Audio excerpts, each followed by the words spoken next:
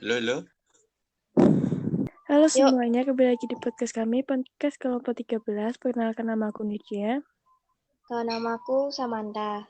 Nama saya Lan. Nama aku Jijo. Podcast kali ini kita akan membahas tentang budaya lokal di Jogja. Ngomong-ngomong, kalian pernah nggak sih pergi Jogja? Tentu saja pernah dong. Jogja itu salah satu kota favoritku karena keindahan alam dan budaya yang beragam membuat aku suka dengan Emang kota apa Jogja. bagus sih tentang Jogja? Di Jogja itu ada Candi Prambanan, Malioboro, dan tempat-tempat wisata alam yang indah seperti pantai dan hutan pinus. Oh, kamu pernah ke Candi Prambanan ya?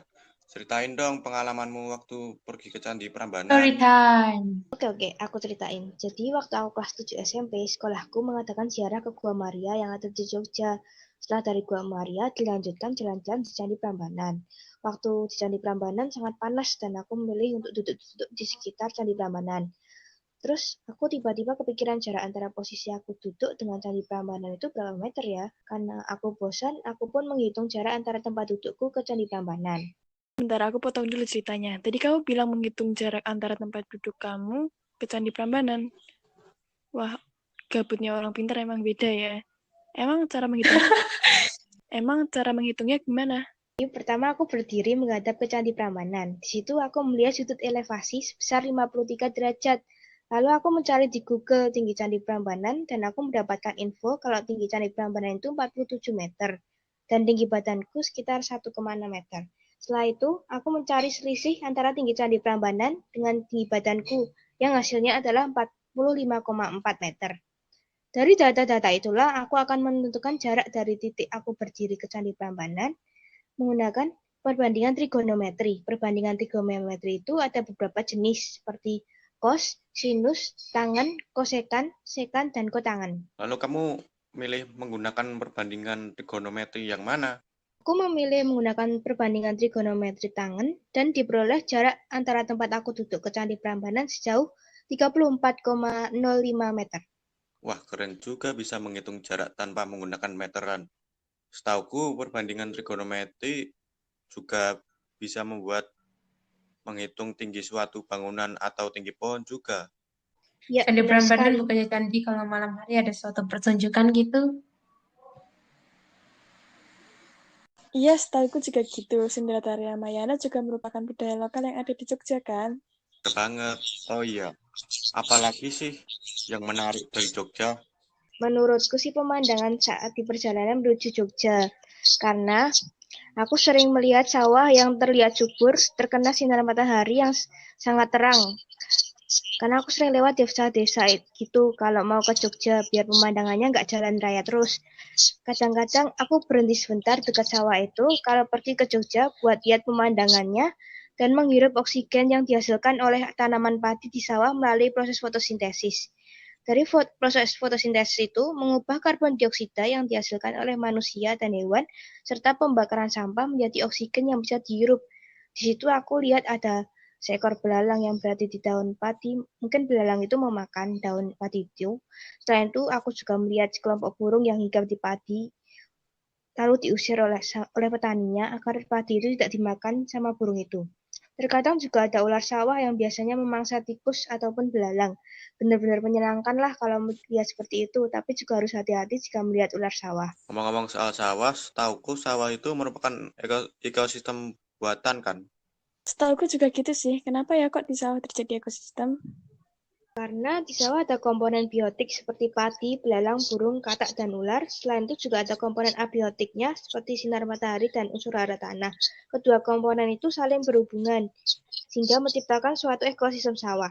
Sawah merupakan ekosistem buatan karena ekosistem sawah dibuat dan sangat dipengaruhi oleh manusia.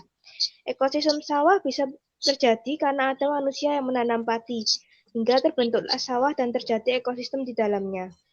Wow, keren ya. Aku sih pernahnya melihat kupu-kupu yang hinggap di bunga. Dan aku nggak tahu kenapa kalau ada bunga sering ada kupu-kupu. Kupu-kupu dan bunga termasuk simbiosis mutualisme kan? Ya, betul banget. Karena mereka saling menguntungkan. Kupu-kupu mendapatkan makanan dari bunga, dan bunga dibantu penyerbukannya sama Oke, udah kupu-kupu. cukup kita ngomongin sawahnya. Kita kembali ke topik lagi. Budaya lokal di Jogja yang lainnya ada apa lagi sih? Ada batik, wayang, dan tari yang berasal dari Jogja seperti tari serimpi. Wah, banyak banget ya budaya lokalnya. Benar banget. Jogja memang kaya dengan budaya lokal. Selain itu, Jogja juga tempat di mana terjadinya peperangan saat pahlawan kita memperjuangkan kemerdekaan. Emang ada cerita sejarah apa sih di Jogja Sini, ataupun di sini. Pulau Now I Jawa? will tell you the story about the story of Diponegoro. Diponegoro War, or also known as the Java War, occurred in 1825 to 1830. This war was triggered, among others, by the conflict and riots that occurred in Yogyakarta. The intervention of the Dutch East Indies government in the domestic affair of the palace, and the oppression of the indigenous people. War was a form of popular resistance led by Prince Diponegoro against the Dutch East Indies government, in addition to resulting in the exile of Prince Diponegoro to Makassar until the end of his life. This war will also impact the strained relationship of Diponegoro descendants with the Yogyakarta Palace. Although the natives suffered defeat, the war had brought great losses to the Dutch East Indies government. Itu bagus, tapi Len, kamu jangan gitu dong. Begitu gimana? Ya, agresif begitu, kayak mau pukul orang aja. Memang tanganku ingin menuju.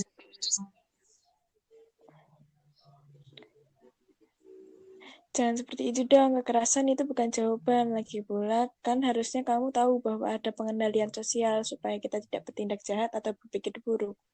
Halo?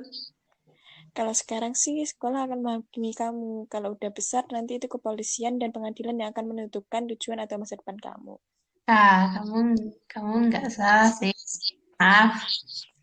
Gak apa-apa, jangan diulangin aja.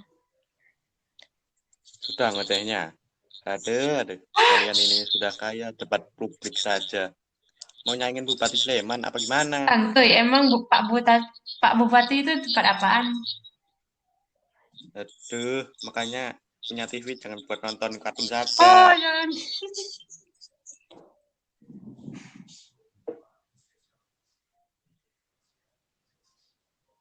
Seingatku sih, saat itu Bupati Sleman mengadakan debat publik saat Oktober akhir kemarin.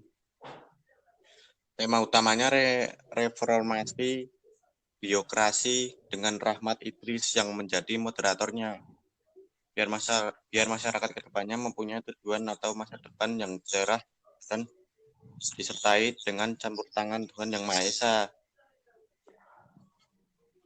Tapi debat itu sebenarnya ngapain aja sih?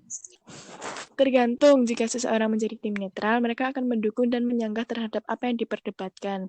Selain itu, tujuan debat secara umum adalah untuk mendiskusikan atau memutuskan masalah dan perbedaan atas suatu hal.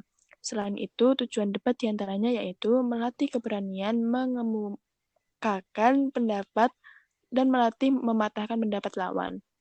Jadi nentang orang ya?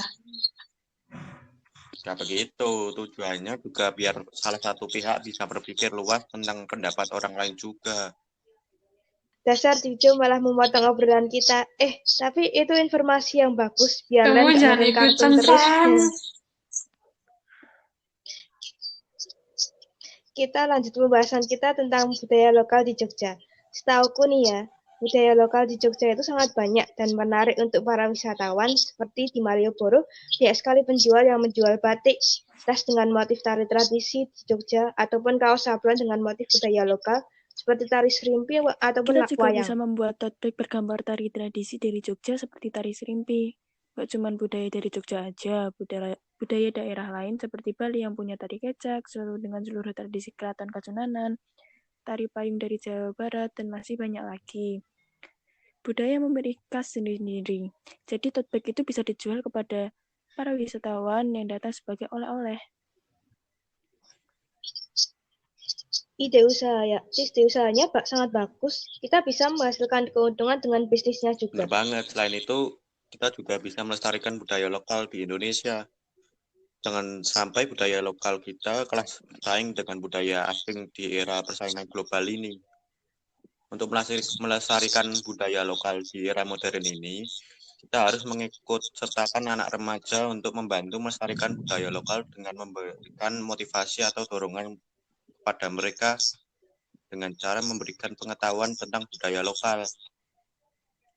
Jogja dipandang dari aspek pancagatra sosial budaya memiliki gotong royong yang kuat, maka sikap kita harus saling membantu satu sama lain. Ngomong-ngomong tentang penjual di Malioboro, dulu saat aku ke sana dan mampir untuk membeli oleh-oleh Kenapa tuh? kaos, aku Pasti yang kaget. jual ganteng kan? Astaga, yang lain pada bilang aku nonton kartun mulu. Nitya malah pikir cowok mulu. Gak gitu. Harganya mahal banget. Mungkin karena mereka tahu aku bukan orang sana kali ya. Untung aku jago nawar. Emangnya kamu nawar berapa? Awalnya sih dia kasih harga 150.000. Tapi aku tawar jadi 100.000. Wow, ternyata seru juga ya membahas tentang kota Jogja dari mulai pemandangannya, budaya lokalnya, dan juga sejarahnya. Iya, seru. Dari pembahasan ini juga aku jadi mempunyai pandangan baru tentang Jogja. Jogja ternyata memiliki budaya yang unik dan beragam ya. Dari mulai adanya sekaten, tari-tarian dari Jogja seperti tari serimpi, tari larang hijau, tari kumbang, dan masih banyak lagi. Lalu ada juga batik yang motifnya menurutku sangat unik. Budaya lokal seperti itu harus dilestarikan nih biar nggak hilang dan nggak kalah bersaing dengan budaya asing di masa persaingan global ini. Ya, benar banget. Keberagaman budaya yang ada itu harus selalu dilestarikan dan disyukuri. Selain itu, jika kita pergi ke daerah lain yang memiliki budaya yang berbeda dengan budaya kita harus saling menghargai dan menghormati. Karena semua orang pasti berharap di dunia ini hidup saling menghormati perbedaan. Setuju sih, aku apalagi kalau perbedaan agama kita harus benar-benar menjaga toleransi antar umat beragama. Jadi kesimpulannya, kita harus menjaga dan melestarikan budaya lokal agar tidak tergantikan dengan budaya asing nantinya. Dan juga kita harus saling menghargai perbedaan yang ada. Ya udah deh, begitulah. kayaknya cukup ya perbincangan kita kali ini tentang budaya lokal yang ada di Jogja. Sampai jumpa di podcast kami selanjutnya. Terima kasih. Bye-bye.